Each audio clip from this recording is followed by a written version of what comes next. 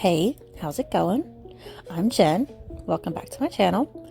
This week we are going to be cooking another recipe from Snoop Dogg's cookbook, and we are making seared filet mignon. We've got some beautiful steaks here, a little bit of rosemary. We're gonna cook it up. Delicious. We do have a little bit of a different angle, different part of my kitchen. This week I figured I needed the actual range to cook this on. I want to get even heat distribution for my cast iron skillet. That way, I mean, you spend that much money on steak, you want it to be good, right? To go with it, I'm also just going to make some generic packet rice and some roast vegetables. Alright, so for the seared filet, all we have is the steak, the peppercorns, the salt, and the butter. We're going to heat up our cast iron skillet right here. And then we're going to melt our butter.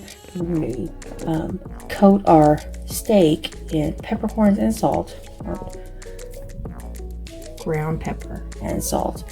And then we're going to sear it in the skillet until it's the temperature that we want, probably medium to medium rare.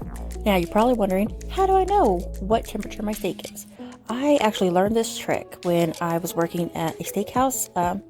It's been a minute, but I've used this trick for a good decade or so.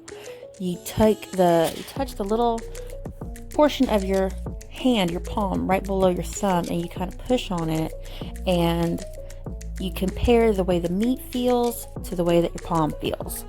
So it, like, just your palm resting is rare, your thumb, your index finger together, push on it, that's the way that medium rare feels. Like your thumb, your middle finger is medium, your thumb, your ring finger, medium well, and your thumb, your pinky is well done. So if you don't have a thermometer, that's a good way to test and see if your steak is done.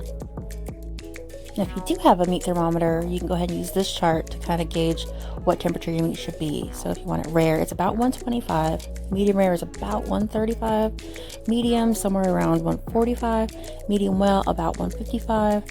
And well done is a temperature that steak should never be, but it's 165 and higher. All right, so we're going to use our digital thermometer to make sure that everything is the right temperature. And cooking it here because the tiny little, what's it called? The hot plate I have is not reliable, and we need it's reliable, it's not consistent. We need a very consistent heat for our cast iron skillet, so that's what we're going to do. While your pan is heating up, go ahead and season your meat with the kosher salt on each side, and then your ground pepper. I like to press my steak into the pepper so it's evenly distributed. So after you go ahead and season your steak real good and your pan's nice and hot, you want to melt your butter. Melt it till it's like a golden. Don't burn it. Just don't burn your butter. You need it to be like a browned butter situation, where it's nice and nutty smelling, and then when it's coated the pan really well, go ahead and put your steak in it and just let it cook for a minute. You want to get a nice golden crust on it.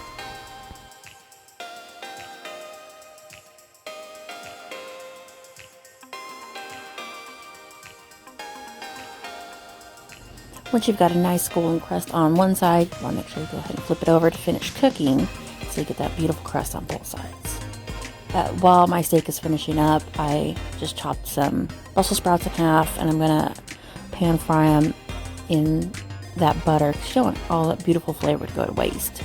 So you check the temperature of your steak. Once it's reached the temperature that you want, take it off of the heat and put it on a plate to rest.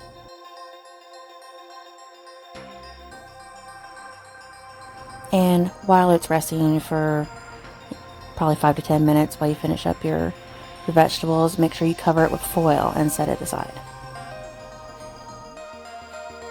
And I'm just going to put my Brussels sprouts in the pan, let them saute a little bit to get all that beautiful steak flavoring, little flavor bits and butter. And while those are cooking, after your steak's rested for a minute, go ahead and put a pat of butter on each one. Make sure it's real butter. You don't put no margarine on this stuff. I mean, a good steak deserves real butter. That's all I'm saying. I did season my Brussels sprouts with a little bit of extra garlic, salt, and onion powder just to make sure that it had a little bit of a depth of a flavor to it.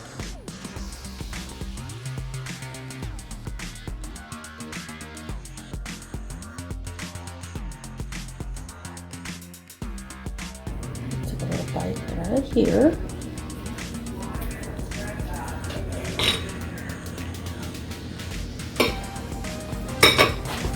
Oh, that looks really good. It's a nice medium. It's really good steak. It like melts in your mouth. Why are you recording me? Because it's for the video. It's very chewy. Is it too chewy? For my life, yes. Is it underdone for you? Yes. It's very pink.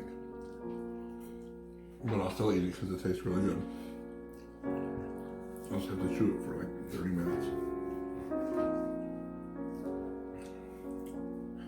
It's still raw.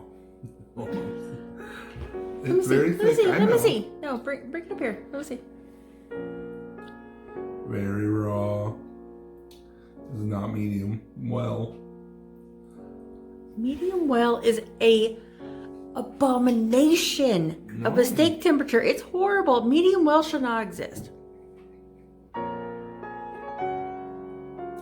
But I mean, I guess if you like it, whatever.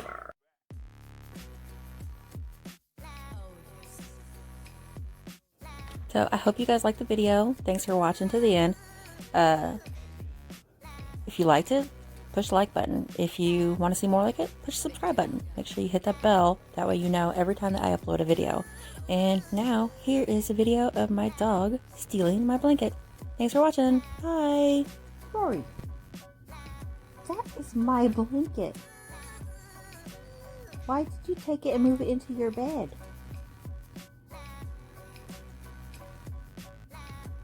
Rory. That's my electric blanket. It's not even plugged in. You give my blanket back? You can bring it to mommy? Oh, you're gonna keep it?